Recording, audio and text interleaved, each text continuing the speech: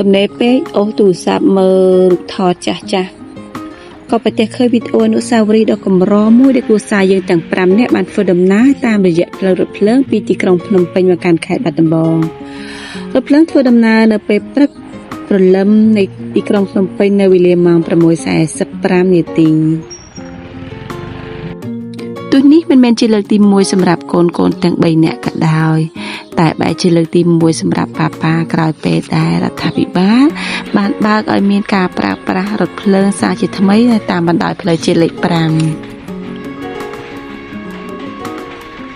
កូនក៏ធ្លាប់បានធ្វើដំណើរប្រហែលជា3លើកមកហើយប៉ុន្តែពួកគាត់នៅតែចង់ធ្វើដំណើរទៀតដោយសារតែគាត់ចូលចិត្តមើលពីទេសភាពនៃជីវភាពនិងជីវិតរបស់ប្រជាជនដែលរស់នៅទីក្រុងភ្នំពេញនិងរស់នៅតាមបណ្ដោយផ្លូវរថភ្លើងសម្រាប់កន្លែងអង្គុយក៏ធំទូលាយខ្យល់អាកាសក៏ល្អបរិសុទ្ធពិសេសរដូវកាលនេះជារដូវកាលភ្លៀង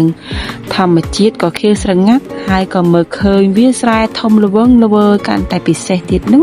ក៏បានឃើញពីការប្រកបរបរចិញ្ចឹមជីវិតរបស់ប្រជាពលរដ្ឋប្លែកៗពីគ្នាទៀតផង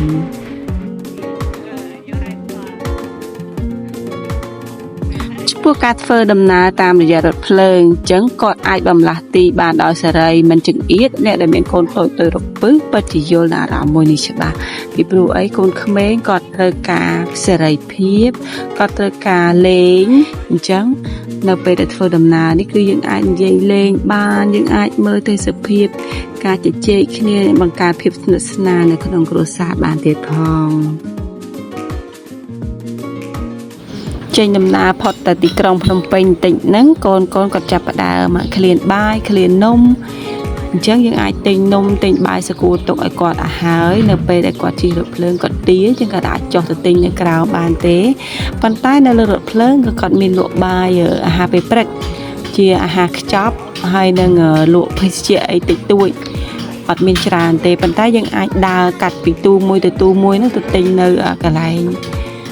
អ្នកលក់ហ្នឹងនៅខាងផ្នែកខាងទូខាងតកង់ប្រហែលជាម៉ោង 10 កន្លះពួកយើងធ្វើដំណើរមកដល់ស្ថានីយ៍ពោធិ៍សាត់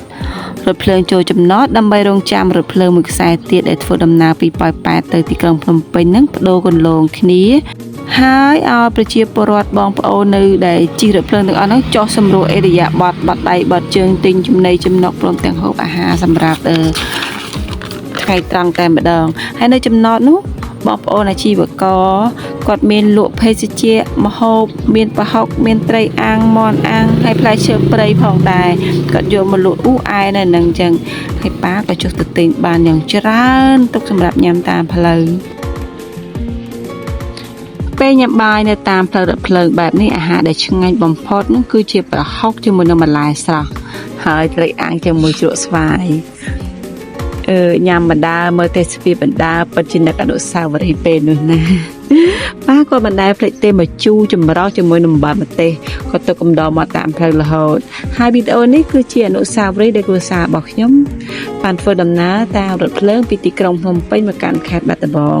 អញ្ចឹងសង្ឃឹមថាបងប្អូនទាំងអស់គ្នានឹងស្វែងរកបទពិសោធន៍មួយនេះដែលជិះរថភ្លើងជាលក្ខណៈគ្រួសារមើលទេសភាពវាលស្រែវាលស្រូវព្រៃភ្នំ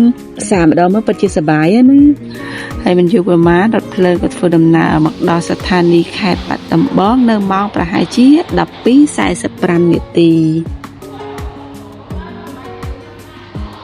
អរគុណច្រើនសម្រាប់ការទស្សនាវីដេអូមួយនេះជម្រាបលា